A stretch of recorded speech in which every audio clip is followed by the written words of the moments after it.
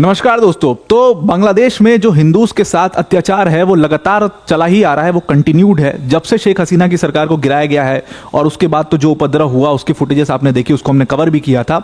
और उसके बाद मोहम्मद यूनुस सरकार संभालने आते हैं, बड़े बड़े वादे करते हैं कि मैं यहाँ से पढ़ के आया हूँ, मैं वहाँ से पढ़ के आया हूँ, या कर दूंगा वह कर दूंगा। लेकिन उन्होंने क्या किया कि उनकी कंट्रोल से सारी चीज़ें बाहर जाते हुए नजर आ रही हैं। माइनॉरिटीज़ को जिस तरीके से दबाया जा रहा है वहाँ पर, वो अपने आप में बहुत बड़ा उसका एग्जाम्पल है। और उसकी वीडियोस और फुटेजेस आप देख ही सकते हो। हिंदूज के साथ खास तर से हिंदूज को टारगेट करने की पूरी तरीके से कोशिश की जा रही है। उसी तरीके की घटना जो है एक बार फिर से बांग्लादेश में हुई है। और एक बार फिर से हिंदूज इसलिए बाध्य हो चुके हैं कि उनको सड़कों पर आकर के प्रोटेस्ट करना पड़ रहा है। तो ये घटना जो है इसको समझते हैं पूरी डिटेल में। हुआ क्या है कि आप एक प्रीस्ट का नाम सुना होगा आपने या देखा होगा अपने अपने अखबारों में या न्यूज़ में, जो पिछले 2-3 दिनों से काफ़ी चल रहा है। ये जो प्रीस्ट हैं जिनको आप अभी स्क्रीन पर देख रहे हो, इनका नाम चिन्मय दास प्रभु है। ये चिन्मय दास प्रभु जो हैं ये इस्कॉन मंदिर के प्रीस्ट हैं। और इनको अभी बांग्लादेशी अथॉरिटीज ने अरेस्ट कर लिया और सेडिशन वगैरह के चार्जेस इनके ऊपर लगा दिए गए।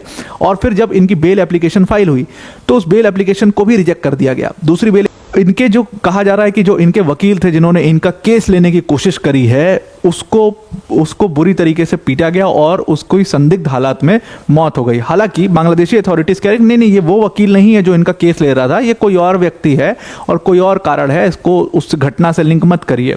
लेकिन जो हिंदूज का मानना है कि वो वही वकील थे जो चिन्मय दास प्रभु का केस पिक कर रहे थे, उनको किसी ने संदिग्ध हालत में मार दिया, उनका मर्डर हो गया।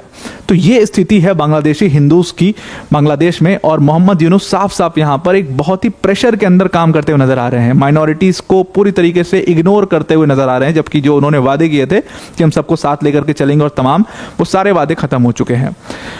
चिन्मय दास प्रभु भी कोई बहुत छोटा मोटा व्यक्ति मत समझिएगा। इस बार जो पंगा लिया है बांग्लादेशी अथॉरिटीज ने, वो एक ऐसे व्यक्ति के साथ लिया, एक ऐसे संत के साथ लिया जिसकी काफ़ी बड़ी फॉलोइंग है बांग्लादेश के अंदर ही नहीं बल्कि बांग्लादेश के अगल बगल के जो देश हैं वहाँ पर भी इनकी काफ़ी बड़ी फॉलोइंग है। पूरा इस मामले को समझते हैं घटनाबद्ध तरीके से क्या क्या हुआ है, बट वीडियो में हुआ क्या है। तो देखो एग्जैक्टली चिन्मय दास प्रभु के बारे में अगर जाने तो ये इस्कॉन मंदिर के संत हैं। और इनको क्या किया, ये ढाका से चिट्टगोंग में पुंडरीक धाम है जहाँ जो इस्कॉन पूरा मैनेज करता है, तो ढाका से चिट्टगोंग ये ट्रेवल कर रहे थे। ढाका एयरपोर्ट जब ये पहुंचते हैं तो वहां पर बांग्लादेशी अथॉरिटीज ने इनको अरेस्ट कर लिया। अब इनके अरेस्ट का कारण क्या बताया गया, मंडे को इनको अरेस्ट किया गया। इनके अरेस्ट का कारण क्या बताया गया, इनके अरेस्ट का कारण ये बताया गया कि एक बांग्लादेशी नेशनलिस्ट पार्टी, ये बांग्लादेशी नेशनलिस्ट पार्टी वही खालिदा जिया वाली पार्टी है जिसने दुनिया भर की एंटी इंडिया स्लोगनरिंग की है, जिसने दुनिया भर के एंटी हिंदू स्टेटमेंट्स दिए हुए हैं। तो ये बांग्लादेशी नेशनलिस्ट पार्टी का एक लीडर है जिसका नाम है फिरोज खान। उस फिरोज खान ने एक केस इनके ऊपर दर्ज कराया था। 30 अक्टूबर को एक केस दर्ज हुआ था और इस केस में कहा गया कि इन्होंने बांग्लादेश के नेशनल फ्लैग का अपमान किया है। उसके साथ सेडिशन के भी चार्जेस इनके ऊपर लगे हुए थे। तो इस सब के बिना पर पुलिस ने इनको अरेस्ट किया है, पुलिस का ऐसा कहना था। हालांकि बताया जा रहा है कि इनको अरेस्ट इसलिए किया गया है क्योंकि अभी क्या हुआ है कि जो हिंदूज के साथ जाति होनी शुरू हुई है बांग्लादेश में, तो एक समिति बनी है जो कि बहुत इफेक्टिव है। उस समिति का नाम क्या है, उस समिति का नाम है बांग्लादेश सम्मिलितो सनातन जागरण जोत।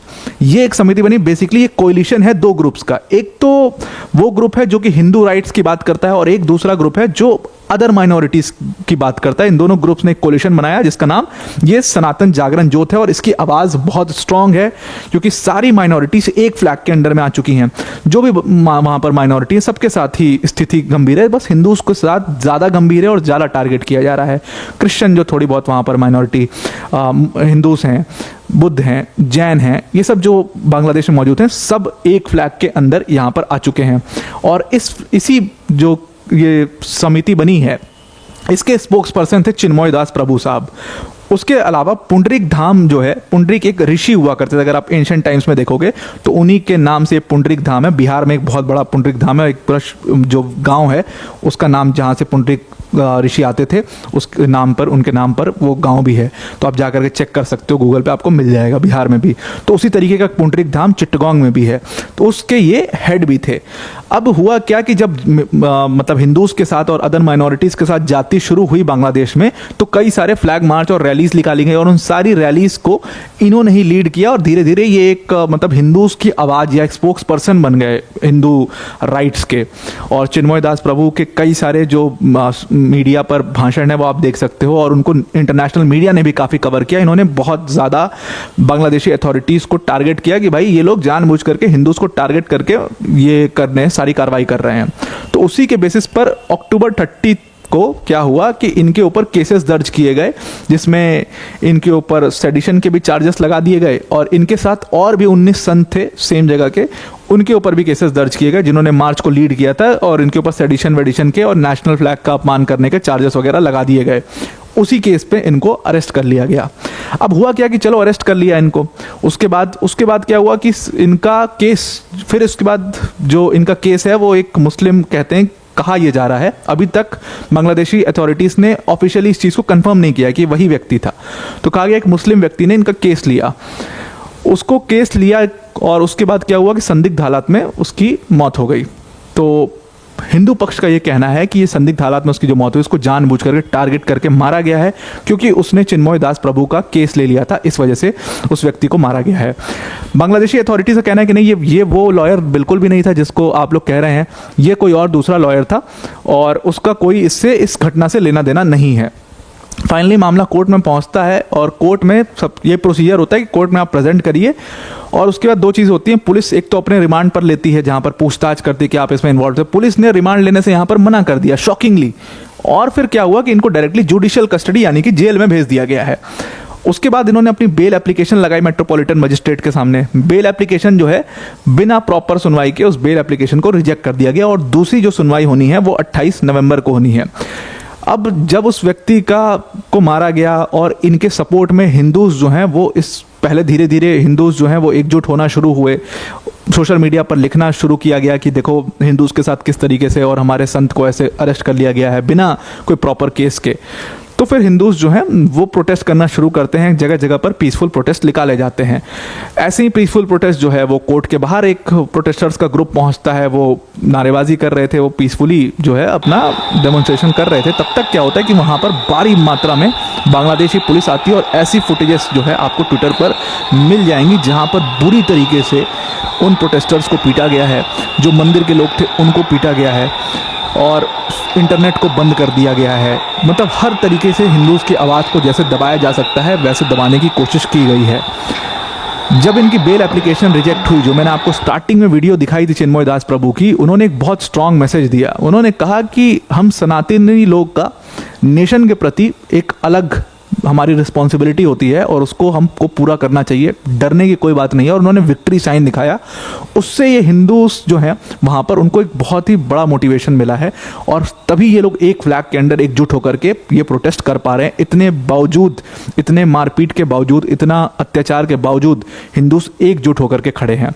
अब ये जो पूरी कंसर्निंग सिचुएशन है बांग्लादेश के अंदर में, यहाँ पर हिंदूज को हर 5 दिन हर 10 दिन में रोड पर उतरना पड़ रहा है, उसको लेकर के इंडिया ने अपना इस पर कंसर्न व्यक्त किया। इंडिया में प्रधानमंत्री नरेंद्र मोदी का भी ट्वीट आया, और भी हमारे एक्सटर्नल अफेयर्स मिनिस्ट्री का भी ट्वीट आया कि हम इस मामले को लेकर के बहुत डीपली कंसर्न्ड है। जिस तरीके से हिंदूज के राइट्स को वहाँ पर दबाया जा रहा है, और हिंदूज की जो हालत है बांग्लादेश में, वो पूरी तरीके से ऐसा लग रहा है कि वहाँ की जो मौजूदा सरकार है उसके कंट्रोल से बाहर हो चुका है। बांग्लादेश ने इसमें अपना रिस्पांस देते हुए कहा कि हमारा इंटरनल मैटर है, और इंडिया या किसी भी हमारी कंट्री, नेबरिंग कंट्री को इस चीज़ में नहीं पड़ना चाहिए। अब यहाँ पर एक चीज़ तो साफ है कि मोहम्मद यूनुस दबाव में काम करते हुए दिख रहे हैं। वो जो रैडिकल क्लेरिक्स हैं इस्लाम के, उनके दबाव में काम कर रहे हैं। बांग्लादेशी नेशनलिस्ट पार्टी जैसी पार्टी के दबाव में, जमात इस्लामी के दबाव में काम करते नजर आ रहे हैं। पाकिस्तान के दबाव में वो काम करते हुए मोहम्मद यूनुस सीधा सीधा नजर आ रहे हैं, और इसीलिए वो कोई भी स्ट्रॉन्ग स्टेप नहीं उठा पा रहे, क्योंकि he is too well read to take a step. उन्होंने तो खुद ही क्लेम किया था कि अब जो कुर्सी पर व्यक्ति बैठेगा वो एक पढ़ा लिखा व्यक्ति, एक इकोनॉमिस्ट व्यक्ति बैठेगा, जिसने मतलब विलेज बैंक्स का पूरा कॉन्सेप्ट जो है वो शुरू किया था, और ये तमाम बातें उन्होंने की थी। तो जब ही सो वेल रेड, और वो मतलब एक अपने आप को खुद को सेकुलर वो कहते हैं, तो तो उनको तो फिर ऐसी घटनाओं पर स्ट्रिक्ट एक्शन लेना चाहिए। वो जो मर्डर हुआ उस वकील का, उसके ऊपर स्ट्रिक्ट एक्शन लेना चाहिए। जो ये वायलेंस हुआ, जिस तरीके से हिंदूज को पीटा गया और इनको मतलब मारने की कोशिश की गई, उस पर एक्शन लेना चाहिए। उनका एक स्टेटमेंट तक इस पूरी घटना पर कल तक नहीं आया था। कल फाइनली जाकर के मोहम्मद यूनुस का स्टेटमेंट आया, और वो भी क्या आया कि ये हमारा इंटरनल मैटर है। तो आप बेटर डिसाइड कर पाओगे कि ये सब बांग्लादेश में हो रहा है तो क्यों हो रहा है। और सेकुलर वर्ड जो हटाए जाने का जो चल रहा था ना, उसको हटाने और उसको लिखने से, लिखने से कोई सेकुलर थोड़ी हो जाता है। तो वही है, उसको हटाने और लिखने से कोई फ़ायदा रह नहीं गया, क्योंकि गवर्नमेंट ने ही मान लिया है खुद को कि भाई हम एक इस्लामिस्ट कंट्री ही चला रहे हैं।